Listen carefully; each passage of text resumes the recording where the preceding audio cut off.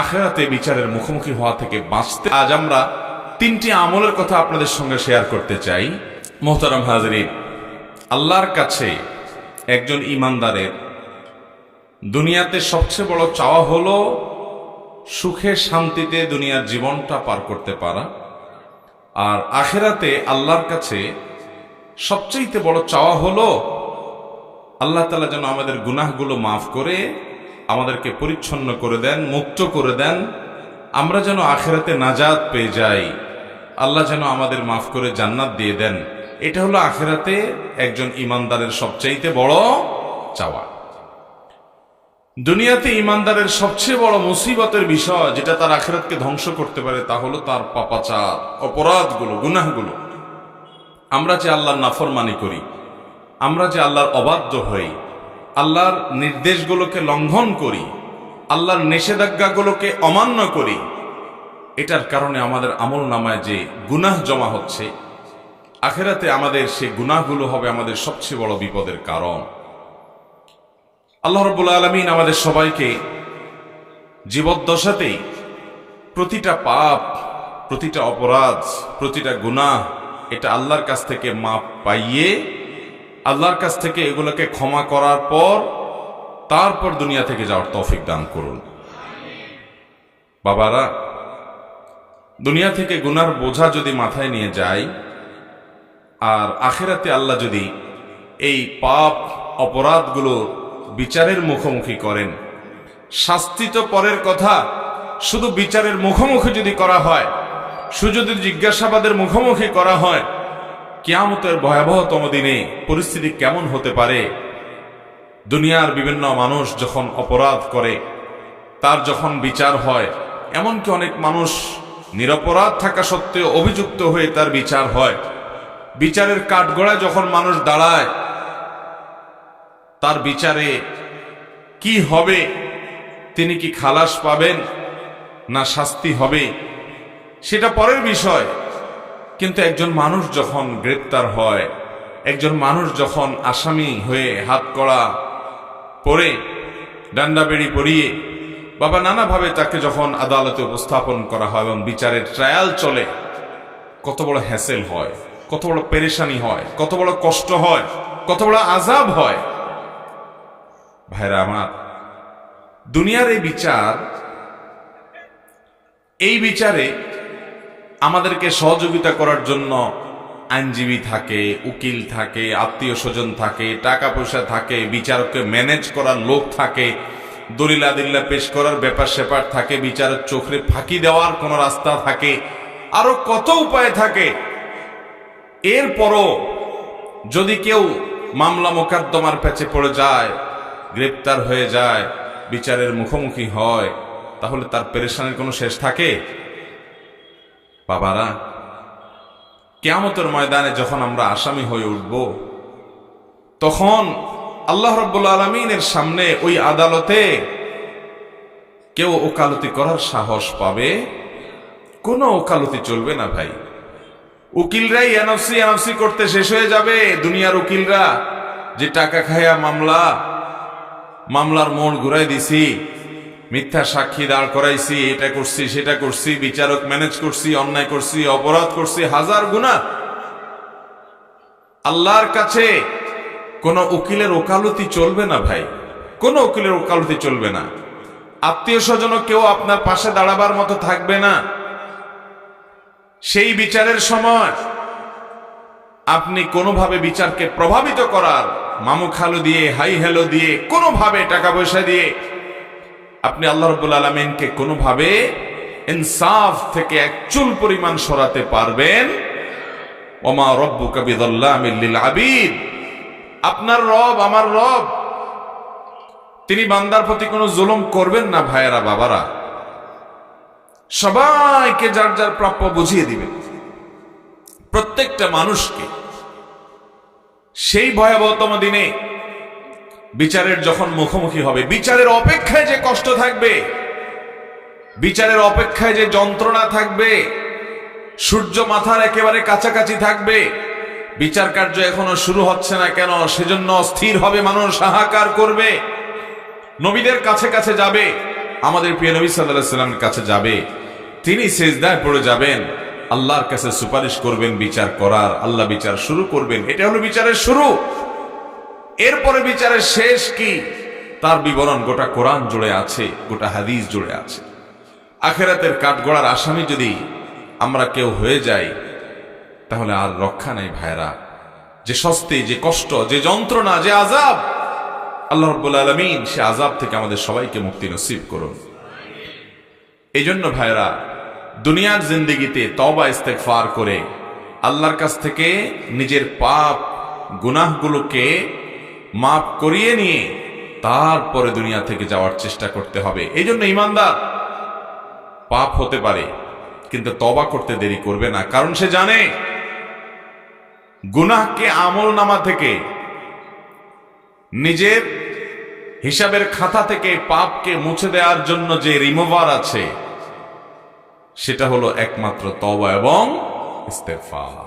তওবা এবং ইস্তেগফারের মাধ্যমে কাবিরা গুনাহগুলোকে আমাদের আমলনা থেকে আমরা মুছিয়ে দিতে পারি, আল্লাহ যদি কবুল করেন। মোহতারাম হাজিরিন, এই জন্য আখিরাতে বিচারের মুখোমুখি হওয়া থেকে বাঁচতে হলে দুনিয়াতে গুনাহগুলোকে আল্লাহর কাছ থেকে মাফ করিয়ে নিয়ে তারপরে যেতে হবে ইনশাআল্লাহ।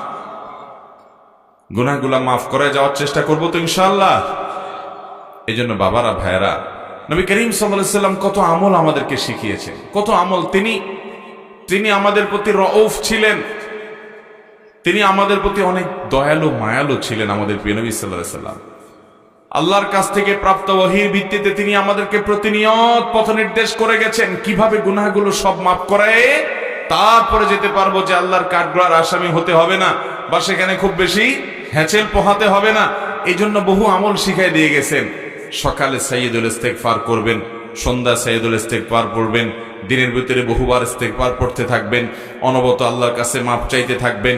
অমুক আমল করলে আল্লাহ গুনাহ মাফ করে দিবে, তমুক আমল করলে আল্লাহ তাআলা গুনাহ সাফ করে দিবে, অমুক আমল করলে সমুদ্রে ফেনা পরিমাণ গুনাহ থাকলে আল্লাহ মাফ করে দিবে। এরকম নানাবিধ দোয়া, নানাবিধ আমল, নানাবিধ বিষয় নবী সাল্লাল্লাহু আলাইহি ওয়াসাল্লাম শিক্ষা দিয়েছেন। উদ্দেশ্য যাতে তার উম্মতরা কেউ আখিরাতের ভয়াবহতম দিনে আল্লাহর কাঠগড়ায় আসামি হয়ে অস্থির হয়ে সেদিন যেন কাজ হবে না, সেই রকম ভয়াবহ পরিস্থিতির মুখোমুখি যেন না হয়।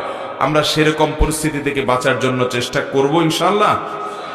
মুহতারাম হাজিরিন, সেজন্য আজ আমরা তিনটি আমলের কথা আপনাদের সঙ্গে শেয়ার করতে চাই, যে আমলগুলো একজন মানুষকে, মায়ের গর্ভ থেকে একটা শিশু যখন ভূমিষ্ঠ হয়, নবজাতক শিশুর যখন জন্ম হয়, এই শিশু যেরকম নিষ্পাপ, তার যেরকম কোনো আমলে খারাপ বলতে কিচ্ছু নাই, পুরো প্রোফাইল ক্লিন, পরিষ্কার। এই তিনটি আমল যেগুলোর কথা শেয়ার করতে চাই, নবী আলাইহিস সালাম হাদিসের আলোকে এই আমলগুলোর মাধ্যমে আমাদের বদামলগুলো সবগুলো মাফ হয়ে নবজাতক শিশুর যেরকম প্রোফাইলে কোনো গুনাহ নাই, অপরাধ নাই, এরকম অপরাধ মুক্ত শিশুর মতো নিষ্পাপ হয়ে যাব ইনশাআল্লাহ। আমলগুলোর কথা বলবো।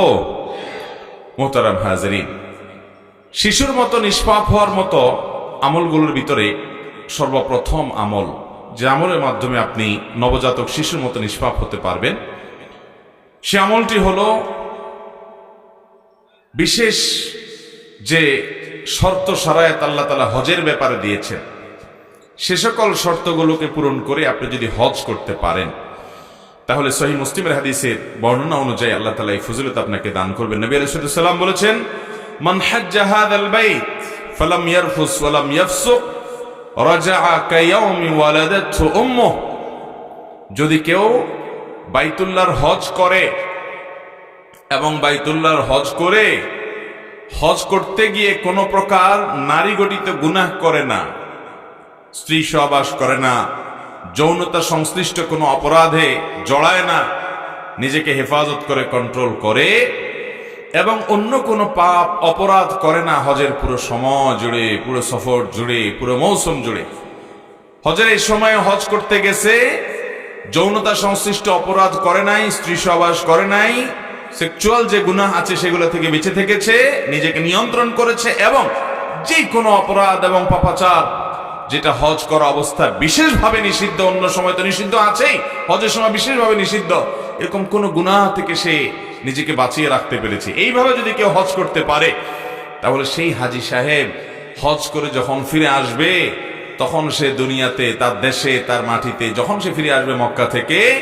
তখন সে নিজেকে বাঁচিয়ে রাখতে পেরেছে। এইভাবে যদি কেউ হজ করতে পারে, তাহলে সেই হাজী সাহেব হজ করে যখন ফিরে আসবে, তখন সে দুনিয়াতে, তার দেশে, তার মাটিতে যখন সে ফিরে আসবে মক্কা থেকে, তখন সে একটা নবজাতক শিশু মায়ের গর্ভ থেকে দুনিয়াতে যেরকম আসে ওইরকম নিষ্পাপ হয়ে সে বাড়িতে ফিরে যাবে। আল্লাহ রাব্বুল আলামিন সেরকম ফজিলতপূর্ণ একটা হজ আমাদের সবাইকে করার তৌফিক দান করুন। ভাইরা আমার, হজের জন্য আল্লাহর কাছে চোখের পানি ফেলে দোয়া করতে হয়, আল্লাহ তোমার ঘর না দেখায় আমাদের কাউকে নিও না, বারবার নিও আল্লাহ। দোয়া করবেন তো ইনশাআল্লাহ। এবং টাকা পয়সা জমাইতে শুরু করেন, অল্প অল্প করে। আপনার 10, 20, 50 টাকা করে জমানোর সুযোগ আছে তো ওইটাই জমান। আল্লাহ তাআলা একদিন তৌফিক দিবেন। বহু মানুষ আছে পয়সাওয়ালা কিন্তু হজের তৌফিক হয় নাই। অনেক মানুষ আছে পয়সা কম কিন্তু আল্লাহ হজের তৌফিক দিয়েছেন। এই জন্য তৌফিক চাইতে হবে। এবং হজ করলেই হবে না, শুধু ওই যে হজের মধ্যে নিজের চোখের হেফাজত করতে হবে, জেনা থেকে বেঁচে থাকতে হবে, যৌনতা সংশ্লিষ্ট অপরাধ থেকে বেঁচে থাকতে হবে।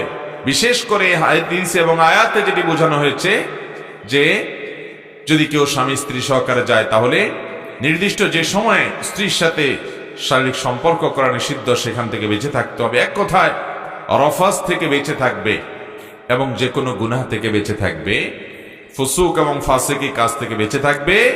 এইভাবে যদি হজ করতে পারে কেউ, তাহলে তার জন্য ফজিলত রয়েছে। আবার কোরআনে আল্লাহ তাআলা আরো একটা কথা বলেছেন, যে ব্যক্তি হজ করবে, ফালা রাফাসা ওয়ালা ফুসুকা ওয়ালা জিদালা ফিল হজ, সে হজে গিয়ে রফাস ফুসুক তো করবেই না, যৌনতা বিষয়ে গুনাহ তো করবেই না, অন্য গুনাহ করবে না, আর ঝগড়াঝাটি করবে না। এগুলো থেকে বেঁচে থাকতে হবে। তো এইরকম হজ করে আসা এটা খুব সহজ কাজ না। অনেক কাজী সাহেবরা আছেন যে প্রথমটা থেকে বাঁচতে পারলেও দ্বিতীয়টা থেকে বাঁচতে পারেন না। কারণ ওখানে গিয়ে বসে বসে টেলিভিশনে নাটক চায়, সিনেমা চায়, টকশন নামে নানান হারাম জিনিস চোখে পড়ে। বাস, এই হাজী সাহেব ফজিলত পাবে না। অনেক হাজী সাহেব হজ করতে গিয়ে ঝগড়া ঝাঁটি, তর্ক বিতর্ক, গন্ডগোল, ফাসাদ, এটা সেটা পিছনে লেগে যায়, তারও এটা নসিব হওয়ার সম্ভাবনা কম। অতএব প্রথম আমল হলো এমন হজ, যেই হজে রফাস নাই, ফুসুক নাই, যৌনতা বিষয়ক অপরাধ নাই, গুনাহ নাই, অন্য কোন গুনাহ নাই। এরকম গুনাহ মুক্ত, রফাস মুক্ত, ফাসিকি মুক্ত হজ যদি কেউ করে ফিরে আসতে পারে, এই আমলের বিনিময়ে আল্লাহ তাআলা তাকে নিষ্পাপ শিশুর মতো করে দিবেন। তার গুনাহগুলো মাফ করে একেবারে মায়ের পেট থেকে যে শিশু ভূমিষ্ঠ হয়েছে তার মতো নিষ্পাপ আল্লাহ তাআলা করে দিবেন। অতএব আমরা এ হজ যেন আল্লাহ তাআলা আমাদেরকে করার তৌফিক দেয়, যারা করেছি বারবার যেন আল্লাহ তৌফিক দেন। এবং এইভাবে হজ্জে মাবরুর, যে হজ সম্পর্কে নবীজি সাল্লাল্লাহু আলাইহি ওয়াসাল্লাম বলেছেন, আল হজ্জুল মাবরুর লাইসা লাহুল জাযা ইল্লাল জান্নাহ, মাবরুর হজের বিনিময় জান্নাত ছাড়া আর কিছু হতে পারে। আল্লাহ আমাদের সবাইকে সেরকম মাবরুর হজ করার তৌফিক দান করুন। নাম্বার 2, সহিহ মুসলিমের বর্ণনায় আমরা দ্বিতীয় আমলের কথা জানি, যে আমলের মাধ্যমে আল্লাহ রাব্বুল আলামিন আমাদেরকে একেবারে নবজাতক শিশুর মতো, ভূমিষ্ঠ হওয়া, সদ্য ভূমিষ্ঠ হওয়া শিশুর মতো নিষ্পাপ করে দিবেন। সে আমলটি সম্পর্কে নবী করিম সাল্লাল্লাহু আলাইহি ওয়াসাল্লাম বলেছেন, মান তাওয়াদ্দা কামা আমারাল্লাহ, যে ব্যক্তি ওযু করবে সেভাবে যেমন ওযু করার নির্দেশ আল্লাহ করেছেন, যেভাবে আল্লাহ ওযু করতে নির্দেশ করেছেন সেইভাবে ওযু করবে, উল্টাপাল্টা নিয়মে না, মন মতো না, সুন্নাহর খেলাফ না, বরং আল্লাহর নির্দেশিত পদ্ধতি অনুযায়ী সঠিকভাবে যে ওযু করবে। ফাকামা ওয়া সাল্লা, এরপর দাঁড়াবে, দাঁড়িয়ে সালাত আদায় করবে, নামাজ পড়বে। ফাহামিদাল্লাহ ওয়া আথনা আলাইহি, এরপরে আল্লাহর প্রশংসা করেছে, আল্লাহর স্তুতি গুণগান করেছে, আল্লাহ অনেক নিয়ামত দিয়েছে সেগুলো স্বীকৃতি সে দিয়েছে। ওয়ামাজ্জাদা বিল্লাযী হুয়া লাহু আহল, আর আল্লাহর মর্যাদা বর্ণনা করেছে যেমনটি উপযুক্ত, আল্লাহর শানের স্বীকৃতি সে দিয়েছে।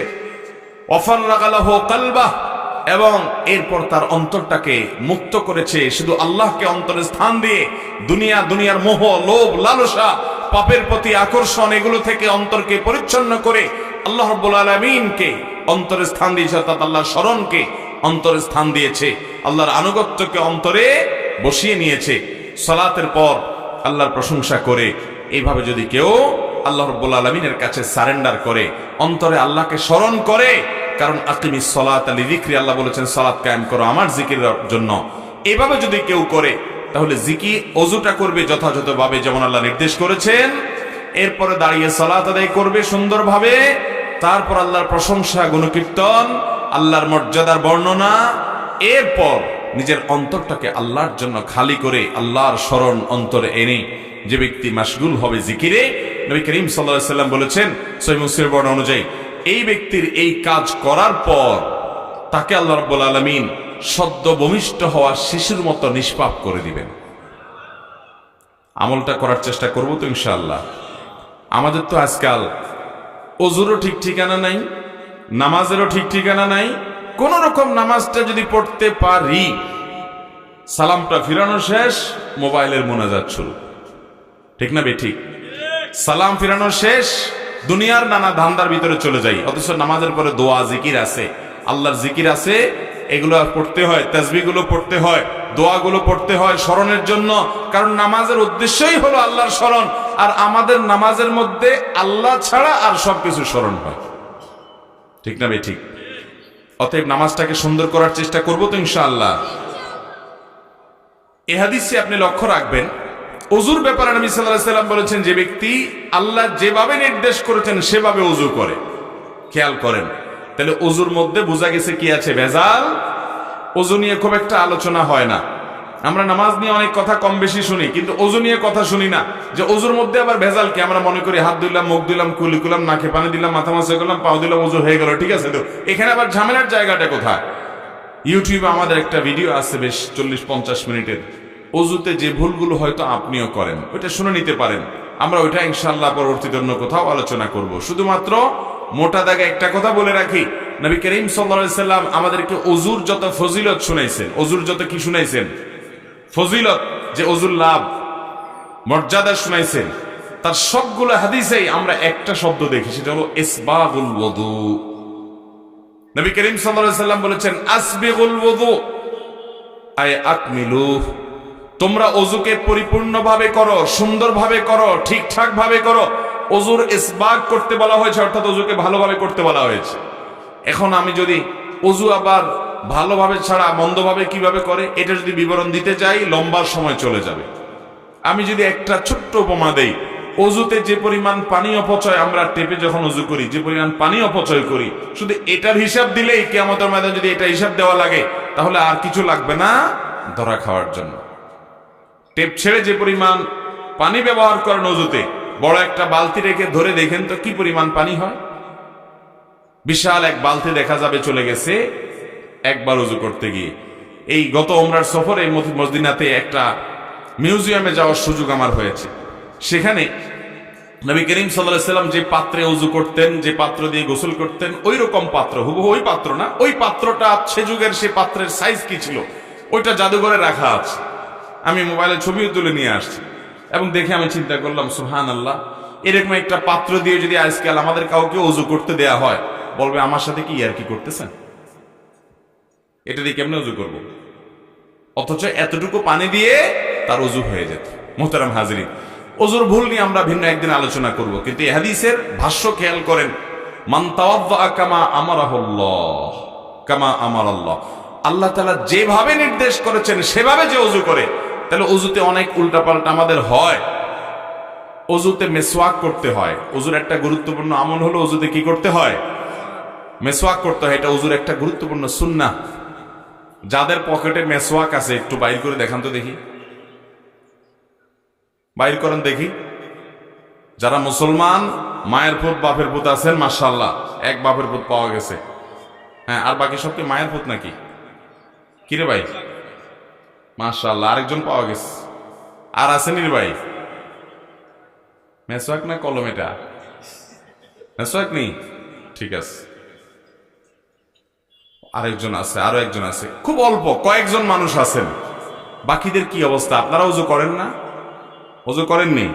না বিনাও যদি নামাজ পড়েন? তাহলে মেসওয়াক নাই কেন? মুসলমানের পকেটে মেসওয়াক থাকতে হবে কি হবে না?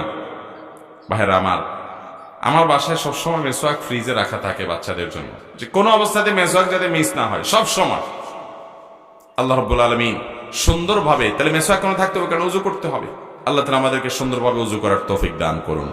তাহলে দ্বিতীয় যে আমলটা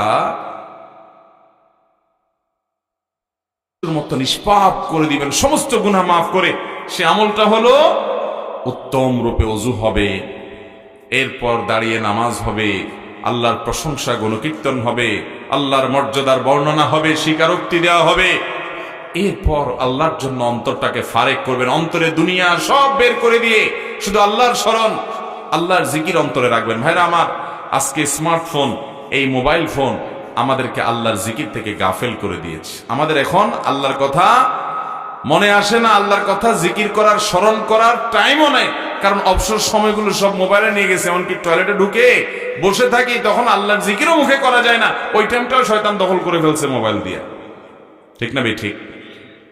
তাহলে উত্তম রূপে ওযু, এটা অনেক ফজিলতপূর্ণ আমল। এরপর এইভাবে আপনি সালাত আদায় করে আল্লাহর প্রশংসা ইত্যাদি করলে ইনশাআল্লাহ আমলের মাধ্যমে সদ্য ভূমিষ্ঠ হওয়া শিশুর মতো নিষ্পাপ হওয়া যাবে ইনশাআল্লাহ। নাম্বার 3, মুসনাদে আহমদে বর্ণিত হয়েছে, নবী করিম সাল্লাল্লাহু আলাইহি ওয়াসাল্লাম বলেছেন, আল্লাহ রাব্বুল আলামিন হাদিসে কুদসিতে বলেন, ইযা বতালাইতু আবদাম মিন ইবাদি মুমিনান, আমি যখন আমার কোন ঈমানদার বান্দাকে পরীক্ষায় ফেলাই, বিপদে ফেলাই, আল্লাহ বলছেন আমি যখন আমার কোন ঈমানদার বান্দাকে বিপদে ফেলি, সেই বিপদে পড়ার পর হাহুতাশ, অস্থির, গালমন্দ, ভাঙচুর এসব না করে বিপদে পড়েছে, সে এরপরে কি করে? ফাহামিদানি, সে আমার প্রশংসা করে। ওয়াসবার আলা মা আবতালাইত, এবং তাকে যে পরীক্ষার মধ্যে ফেলেছি, তাকে যে কষ্ট দিয়েছি, তাকে যে পরীক্ষা নিচ্ছি আমি কষ্ট দিয়ে, এই জন্য সে সবর করে হাউতাস তো করেই না, বরং উল্টা আল্লাহর প্রশংসা করে, যে আল্লাহ সুখে রাখলে যেরকম আমি খুশি, আপনার শুকর আদায় করলাম, আপনি আমাকে দুঃখে ফেলেছেন, এখনো আমি আপনার শুকর আদায় করি, আলহামদুলিল্লাহ বললাম।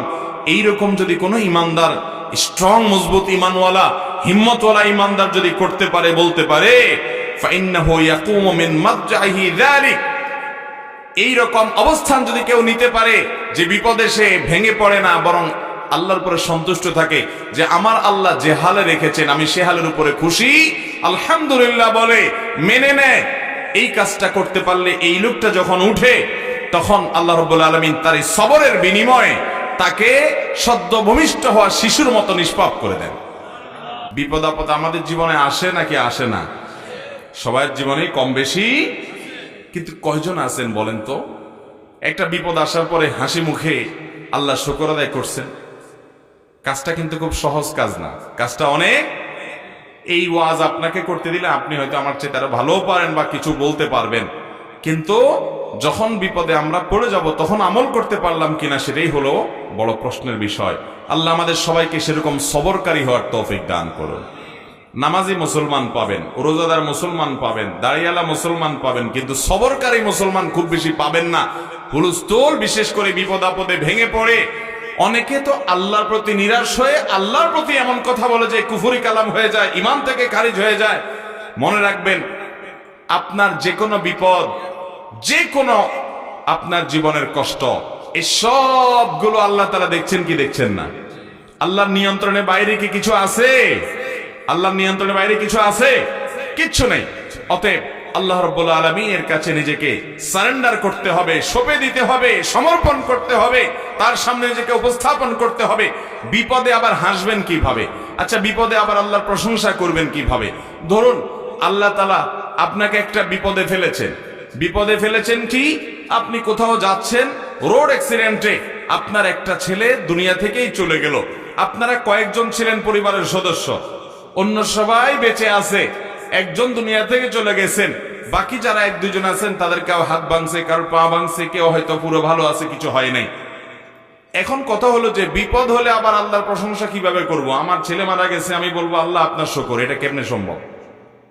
এটার উত্তর হলো, আপনি দেখবেন আল্লাহ রাব্বুল আলামিন আপনাকে যে বিপদে ফেলেছেন, এই বিপদটা ইচ্ছেতে আরো অনেক বড় হতে পারত। আপনার সবগুলো ছেলে শেষ হয়ে যেতে পারত, আপনার আরেকটা ছেলে মারা যেতে পারত, আপনি নিজে মারা যেত, আপনার পরিবার বিপদে পড়তে পারত, হতে পারত কি পারত না? তো আল্লাহ রাব্বুল আলামিন আপনার জন্য যেটুকু নেয়ামত রেখেছেন ওইটুকুর দিকে তাকে ইমানদার যখন আলহামদুলিল্লাহ বলবে, ওই বিপদে সবরের বিনিময়ে আল্লাহ তাআলা তাকে নবজাতক সদ্য ভূমিষ্ঠ হওয়া শিশুর মতো নিষ্পাপ করে দিবেন, জান্নাত দান করবেন ইনশাআল্লাহ। বিপদে সবর করা সহজ কাজ নয়, এ বিষয়ে ওয়াজ করা সহজ। আল্লাহ আমাকে সবরকারী হওয়ার তৌফিক দান করুন, আপনাদেরকেও দান করুন। মুহতারাম হাজরিন, as-sabru জাযাউহু আল-জান্নাহ, সবরের বিনিময়টাই হলো জান্নাত। আল্লাহ কোরআনে বলেছেন, ইন্নামা ইউওয়াফাস সাবিরুন আজরাহুম বিগাইরি হিসাব। যারা ধৈর্যশীল হবে, নিজেকে নিয়ন্ত্রণ করতে পারবে, এদের বিনিময়ে আল্লাহ তাআলা কোনো যোগ বিয়োগ করে দিবেন না। আল্লাহর কাছ থেকে যোগ বিয়োগ করে পায়ে জান্নাত পাওয়া বড় কঠিন। বিনা হিসাবে যদি জান্নাতে চান, বিনা হিসাবে যদি আল্লাহর কাছ থেকে সওয়াব পেতে চান, তাহলে আপনার জীবনের প্রতিটি পদক্ষেপে যত কঠিন সময় আসুক, পাহাড়ের মতো অটল হয়ে থেকে আপনাকে সবর করতে হবে, ধৈর্য ধারণ করতে হবে, নিজেকে নিয়ন্ত্রণ করতে হবে। মাথা গরম করে অঘটন ঘটানো যাবে না, গালিগালাজ করা যাবে না, নিজেকে শেষ করা যাবে না, কুফরি কালাম করা যাবে না, আল্লাহর প্রতি অনাস্থা প্রকাশ করা যাবে না, নিরাশ হওয়া যাবে না। সবর এখতিয়ার করতে হবে। আস-সবরু জামিল, সবর অনেক সুন্দর জিনিস। আল্লাহ আমাদের সবাইকে সে সবরের দৌলত দান করুন। বিপদে সবর করব তো ইনশাআল্লাহ। ভাইরা আমার একটা বিপদ হয়েছে। এই বিপদটা আমার জীবনের নেয়ামত হতে পারে কি পারে না, পারে কি পারে না। এরকম বহু ঘটনা আমাদের সামনে আসে না নাই? অনেক বিপদ আছে, আমরা দেখি বিপদ, অথচ এটা উপর দিয়ে দেখতে বিপদ হলে কি হবে, এর পিছনে নেয়ামত আছে। আমরা যদি সবর করে বলতে পারি, আল্লাহ আমি নিজের জন্য চাইছিলাম এই চাকরিটা হোক, কিন্তু আপনি দিলেন না, আমি বুঝলাম আমার ফয়সালা আপনার পক্ষ থেকে, আমি নিজের জন্য এটারে ভালো মনে করছি, আপনি আমার জন্য ভালো মনে করেন নাই। মনে রাখবেন, আপনি নিজের জন্য যেটাকে ভালো মনে করছেন, আপনার রব তিনি যেটা নির্বাচন করবেন আপনার জন্য, সেটা আপনার মনে করার চাইতে আরো বেশি ভালো হবে। বুঝে আসুক আর না আসুক। একটা ঘটনা আমি এবছর চুনতি মাহফিলে বলেছিলাম, এর আগে বিভিন্ন জায়গা হয়তো বলেছি। মক্কায় একবার আমার এক পরিচিত ভাই, ওনার জীবনে একটা বড় বিপদ আসলো। বিপদ কি? বিপদ হলো, ভদ্রলোক হোটেলের ব্যবসা করে, আবাসিক হোটেলের ব্যবসা করে, আমার পরিচিত। আমি সৌদি আরবে থাকাকালীন সময় মক্কা আসলে ওনার হোটেলে অনেক সময় থাকতাম। তো সে ভাই, উনি হঠাৎ করে দেখি মন টন খারাপ। কিরে ভাই মন খারাপ কেন? বলে, হুজুর মন খারাপ, দেশে চলে যাব। অনেক বছর ছিলাম সৌদি আরব মক্কা শরীফে, আল্লাহর ঘরের পাশে হাজিদের খেদমত করছি বহুত, কিন্তু এখন চলে যেতে হবে দেশে। কেন, কি সমস্যাটা কি? বলে, ভাই একটা হোটেল, আমি এই যে হোটেলটা আমি থাকি, আপনি জানেন এই হোটেলটা আমি মালিকের কাছ থেকে সারা বছরের জন্য ভাড়া নিয়ে নেই। সম্ভবত 1 মিলিয়ন রিয়ালের কথা তিনি বলেছেন, যে 1 মিলিয়ন রিয়াল দিয়ে এটা আমি সারা বছরের জন্য ভাড়া নিয়ে নেই। এরপরে 12 মাস আমি হাজিদেরকে রাখি, এখান থেকে প্রফিট করি, আমার সংসার চলে। আলহামদুলিল্লাহ, আল্লাহ আমাকে সুখে শান্তি রাখছে। এখন হঠাৎ করে আমারই আরেক বাংলাদেশি ভাই, সে হিংসা করে হোক আর যাই হোক, আমার যে মালিক এই হোটেলের কফিল, তার কাছে যায় ফুসলায় ফাসলায় বলতেছে, এই বিল্ডিং তুমি তারে 1 মিলিয়ন দিছো, আমি 12 লাখ দেব। সে 10 লাখ দেয়, আমি 12 লাখ রিয়াল দেব, আমার দিয়ে দাও। তো সৌদি বেচারা 2 লাখ রিয়াল বেশি পাইছে, বলে ঠিক আছে সামনের বছর তোমার আর বিল্ডিং দেবো না, আমি আরেকজনকে দিয়ে দিছি অলরেডি 12 লাখে, এই বছর শেষ করি, তোমার শেষ। বেচারা বলে, একই হোটেল, অনেক দিন পর্যন্ত এই হোটেলে ছিলাম, এখন এটা আমার হাতছাড়া হয়ে গেল। যেই লোক 12 লাখ দিয়ে নিয়েছে, সে ব্যবসা করা কঠিন হবে, কারণ ব্যবসায় নাগার মতো নাই। 10 লাখ উঠাইতে আমার কষ্ট হয়, সে কেমনি 12 লাখ করবে? তাও হিংসা করে করছে। এই যে আমার পেটে লাথিটা মারলো, হোটেলটা হাতছাড়া হয়ে গেল, এত বছর একটা হোটেলে ছিলাম, এখন হোটেলটা ছেড়ে দিতে হলো। এই জন্য হুজুর মনের দুঃখ, চলে যাবো, দেশে থাকবে না। উনি দেশে চলে আসছে, শেষ পর্যন্ত একসাথে চলে আসছে। ঠিক আছে, সে আর হোটেলের ব্যবসা মক্কা করবে না। মনের দুঃখে এত বড় একটা আঘাত, এত বছরের উপার্জনের জিনিসটা তার মুখ থেকে ছিনাই নিয়ে গেছে। আমারও খুব খারাপ লাগলো, দোয়া করলাম আল্লাহ আপনাকে সবরের তৌফিক দান করুক। দেখেন দেখেন সবরে কি হয়। এই ভদ্রলোক দেশে চলে আসছে, আসার কিছুদিন পরেই শুরু হয়ে গেল করোনা। কি শুরু হয়েছে? এবার হোটেলের কি হয়েছে? আর সৌদি আরবে বাসা ভাড়া, হোটেল ভাড়া, এগুলো অগ্রিম দিতে হয়। আগে টাকা অগ্রিম সব দিয়ে দিবেন, এরপরে আপনি ভাড়া পাবেন। তো টাকা তো সব সৌদি মালিককে দিয়ে দিছে 12 লক্ষ রিয়াল। টাকা দেওয়ার কিছুদিন পরেই শুরু হয়ে গেছে কি, এবং করোনা লাস্টিং করছে কত বছর, 2-2.5 বছর। এই 2-2.5 বছর মক্কা বন্ধ, উমরা বন্ধ, হজ হায় হায়। তাহলে বেচারার হোটেলও 2 পয়সাও ইনকাম। এবার আমি ওই ভাইকে বললাম, ওনার নাম টিপু ভাই, বললাম টিপু ভাই, আল্লাহ যে আপনার এত বড় এহসান আপনার উপরে করলো, আর ও আপনার খুঁটি দিতে চাইছে, খুঁটা দিতে চাইছে, গর্ত করছে, গর্তে অরে ফেলাইছে। আপনি যদি 12 লাখ টাকা দিয়ে ভাড়া, 12 লাখ রিয়াল দিয়ে যদি ভাড়া পাঠাইয়া 1 মিলিয়ন রিয়াল বাঁচাই দিছে। ভদ্রলোক চোখের পানি ফেলে দিল। ওই যে ভাই ব্যক্তিগতভাবে আপনি চিনেন টিপু ভাই রে? ও ভাই চিনে, বলে মাশাআল্লাহ, সাক্ষীও আছে।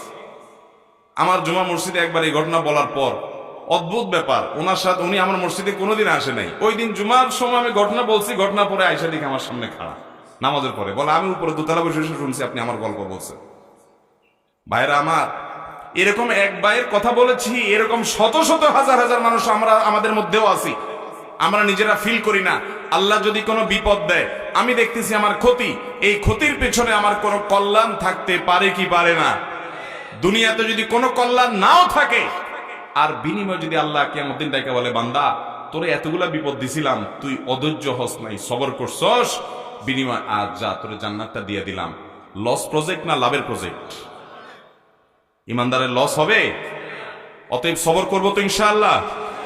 গালিগালাজ করবেন, রাগ হলে, বিপদ হলে গালিগালাজ করবেন, আসার ফিসার করবেন, আল্লাহর প্রতি অধৈর্য হবেন, সবর করবেন তো ইনশাআল্লাহ। বিপদ হয়েছে বোর গোষ্ঠী উদ্ধার করবেন, গায়ে হাত তুলবেন, সবর করবেন তো ইনশাআল্লাহ। সবর করলে ভাই আল্লাহ রাব্বুল আলামিন অফুরন্ত সওয়াব দিবেন বিনা হিসাবে। আল্লাহর কাছ থেকে সওয়াব আর জান্নাত পেতে চাইলে সবরের কোনো বিকল্প, সবরে মেওয়া ফলে মুখে বললে হবে না, আমলও করতে হবে। অনেকে সবর করে, কিরকম সবর জানেন? ধরেন মসজিদ থেকে জুতাটা চোরে নিয়ে গেছে, এরপরে সে অস্থির হয়ে চোরের 14 গোষ্ঠী ধরে মা বাপ তুলে গালিগালাজ দিয়ে মসজিদ কমিটির গোষ্ঠী উদ্ধার করে, এরা সিসি ক্যামেরা রাখে না কেন, জুতা চোর এখানে কেন আসে, আমার এটা হইলো কেন, অস্থির সস্থির হইয়া দেখছে যে লাভের লাভ তো কিছু না, জুতা তো নিয়ে বেচারা পারে পার।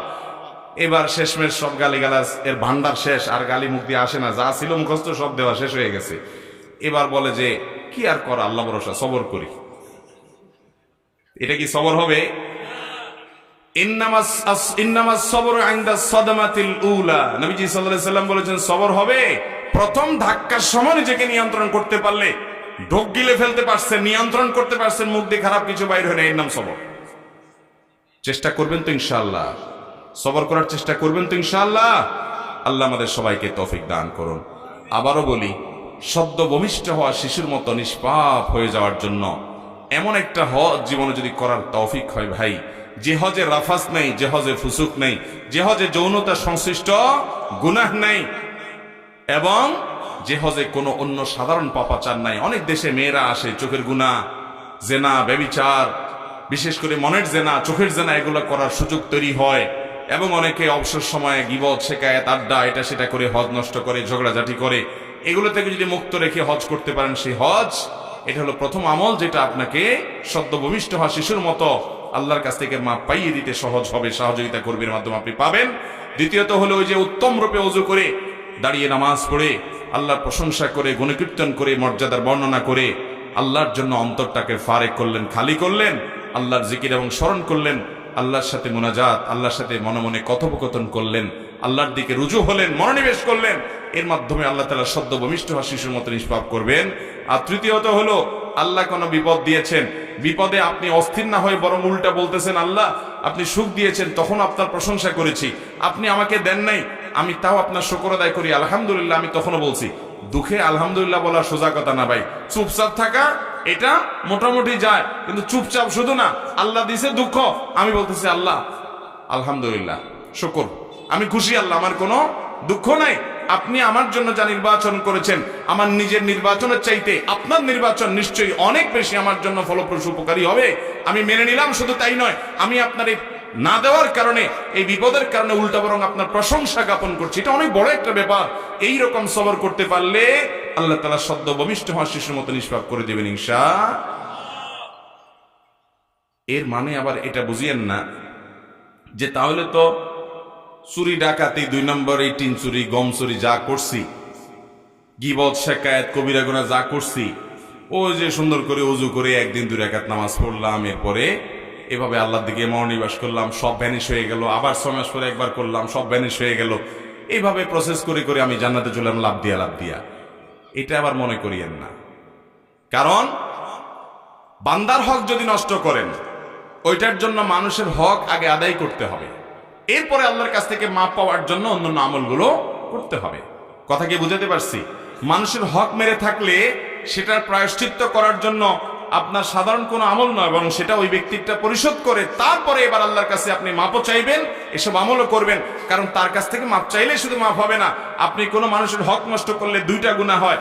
এক হলো ওই ব্যক্তির হক নষ্ট করলেন, আবার হলো আল্লাহর নির্দেশ লঙ্ঘন করলেন। মানুষের হক নষ্ট করতে আল্লাহ নিষেধ করেছেন, এই জন্য আল্লাহর কাছেও তওবা ইস্তেগফার করতে হবে, মাপ চাইতে হবে, আবার বান্দার কাছেও মাপ চেয়ে নিতে হবে বা তার হক পরিশোধ করে দিয়ে দায় মুক্তি নিতে হবে, এরপরে আল্লাহ মাফ করবেন।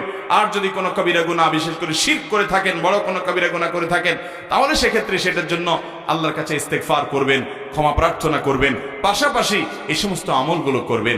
এরকম বহুবিধ প্রচেষ্টা যখন থাকবে ভাইরা আমার, ওই যে শুরুতে বলেছি, কিয়ামতের ময়দানে আল্লাহর কাঠগড়ায় আসামি হিসেবে দাঁড়াতে হবে না। পাপাচার যেগুলো করেছি না করেছি আমরা, সেগুলোকে পরিচ্ছন্ন করে আল্লাহর কাছ থেকে এগুলোকে নিষ্পত্তি করিয়ে নিয়ে তারপরে আল্লাহর সঙ্গে সাক্ষাৎ করার চেষ্টা করবো ইনশাআল্লাহ। আল্লাহ তাআলা আমাকে, আপনাকে, আমাদের সবাইকে দুনিয়া থেকে যাওয়ার আগে, বাবারা ভাইয়েরা, কখন নাকের ডগা থেকে নিঃশ্বাস বন্ধ হয়ে যায় জানি না। কেউ জানেন কখন নিঃশ্বাস বন্ধ হবে? জানেন হায়াত কখন শেষ হবে? জানেন? তাহলে সর্ব অবস্থায় নিজের প্রোফাইলটাকে, সর্ব অবস্থায় নিজের আমল নামাটাকে গুনাহমুক্ত করার জন্য ইস্তেগফার, তওবা, এই যে 3টা আমলের কথা বললাম, এই সমস্ত আমল, অন্যান্য গুনাহ মাফ, মুকাফফিরাতুজ যুনুব যেগুলো আছে, গুনাহ মাফের যে আমল আছে, সে আমলগুলো বেশি বেশি করে, ঘন ঘন করে, সকাল বিকাল সাইয়্যিদুল ইস্তিগফার পড়ে, রাতে সাইয়্যিদুল ইস্তিগফার পড়ে, সারাদিন ঘন ঘন ইস্তিগফার করে, আমলগুলো করে, একের পর একটু পর পর নিজের প্রোফাইলটাকে আপডেট করে, পরিচ্ছন্ন করে আল্লাহর কাছে যাব, যাতে কোনো পাপের বোঝা মাথায় নিয়ে কিয়ামতে দাঁড়াতে না হয়। আল্লাহর কাছে সেভাবে যাওয়ার চেষ্টা করবো চেষ্টা করবো তো ইনশাআল্লাহ। গুনাহ করব না, আর তওবা ছাড়বো না। ইস্তেগফার, তওবা অনবরত করব, গুনাহ থেকে 1000 মাইল দূরে থাকবো। এই সমস্ত আমল, এর কথা শুনে কেউ যেন এই বিভ্রান্তিতে না পড়েন, তাহলে তো আমল এগুলো আছেই। অতএব ঠান্ডা মাথায় আকাম কুকাম করতে থাকি, গুনাহ টুনা করতে থাকি, এই যে এই পদ্ধতিতে আমল করলাম আর আল্লাহ মাফ করে দিবে, ভাইরা আমার, এটা ভুল পদ্ধতি। কারণ আল্লাহ তাআলা আপনার এই আমলগুলো কবুল করে সেটাকে উপযুক্ততা সেই লেভেলে নিয়ে আপনাকে মাফ করে দিবেন, এবং সেটা আপনি লাভ করবেন, সে নিশ্চয়তা আপনার তো নয়। আপনি চেষ্টা করতে পারেন, তাছাড়া আপনার গুনাহ মাফের রাস্তা আছে দেখে ঠান্ডা মাথায় আপনি গুনাহ করবেন, এটা রীতিমতো আল্লাহ রাব্বুল আলামিনের সঙ্গে বিদ্রোহ করার মতো, অভদ্রতার শামিল, অসৌজন্যতার শামিল। কারোর হাতে কাটা গেলে, পায়ে কাটা গেলে সে কোনো মলম দিলে ভালো হয়ে যায়, এই জন্য ঠান্ডা মাথায় ছুরি চাকু দিয়ে কেউ কাটে না, কেটে গেলে তখন মলম লাগাই দেয়। ভাইরা আমার, গুনাহ মাফের জন্য আল্লাহর কাছে ইস্তেগফার করার রাস্তা আছে, সেটা মাথায় রেখে ঠান্ডা মাথায় কোনো বুদ্ধিমান মানুষ গুনাহ করতে পারে না। ইস্তেগফারের যে তৌফিক হবে আপনি কিভাবে জানলেন? আর সেটা কবুলও হয়ে যাবে, সেভাবে করতে পারবেন, সেটাই বা কিভাবে নিশ্চিত হলেন? এই জন্য জ্ঞাতসারে আমরা আল্লাহর অবাধ্যতার পথে পা বাড়াবো, চেষ্টা করবো তো বেঁচে থাকার। আল্লাহ আমাকে, আপনাকে, আমাদের সবাইকে মৃত্যুবরণ করার আগে, দুনিয়া থেকে যাওয়ার আগে পরিপূর্ণভাবে নিজেদের গুনাহগুলোকে আল্লাহর কাছ থেকে মুক্ত করে যাওয়ার তৌফিক দান করুন। আল্লাহর কাছ থেকে এগুলোর মাপ নিয়ে পরিচ্ছন্ন